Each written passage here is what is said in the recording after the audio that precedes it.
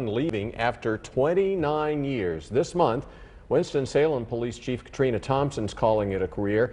Nearly 30 years is a long time to spend in one of the most dangerous professions in the world, but also one of the most rewarding. Yeah, she is not calling it quits, though, as he's done dozens of times in the past. Fox 8's Michael Hennessy sat down with the chief, this for one last time with her holding that title.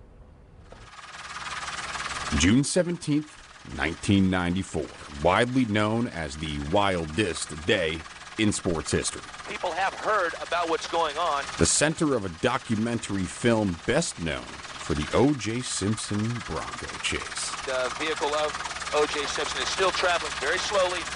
The idea behind respecting law enforcement is totally different now.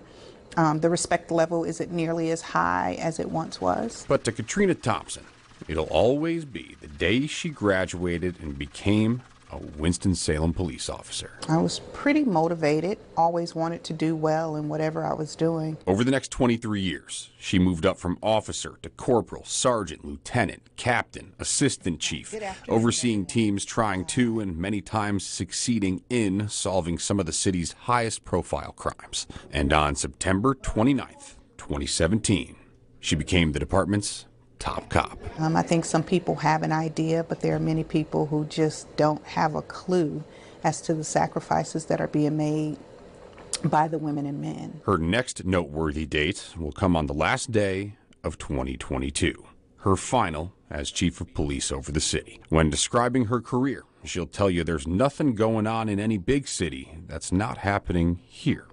A shooter firing shots at a police substation. We are extremely fortunate. A fatal school shooting. It's okay not to be okay today. The Weaver fire, all happening in her last couple years as chief. But that was a huge and could have been a very catastrophic event had it not been managed well. You know, you think about several years ago, we've had some citizens who didn't just die horrific deaths, but their remains were dismembered. That doesn't happen everywhere. Preceded by 2020, a pandemic, presidents, and protests. But she says she's proud of how it was handled inside and outside of her department.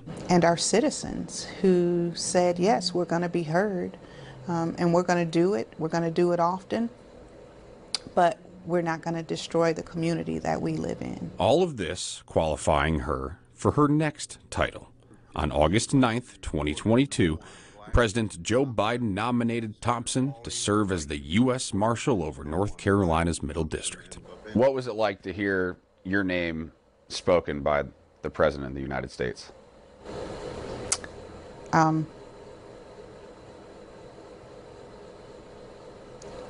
A bit shocking, humbling.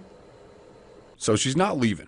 She'll continue to serve Forsyth and 23 other counties, overseeing a team of deputy marshals responsible for protecting federal judges and staff, apprehension, transportation, and housing of federal fugitives, the Witness Protection Program, and asset forfeitures. And, you know, the U.S. Marshal Service is the oldest law enforcement agency in the nation. A permanent regret will be all of the work she and her teams did on major crimes that are still unsolved. The thought of leaving behind families with unanswered questions kind of stands out. But while much has changed over the course of her career, for better or worse, her legacy is one of advancement, becoming the first department in the state and one of only 24 in the country to achieve the CALEA Triarch, accredited for law enforcement, its training academy, and communications center. I'm extremely proud of that. Could not have been done without the women and men here in our agency. And a real-time crime center, keeping a watchful eye over those she's still sworn to protect. In Winston-Salem. We don't have to always agree, but we don't have to be disagreeable either. Michael Hennessy, Fox 8 News.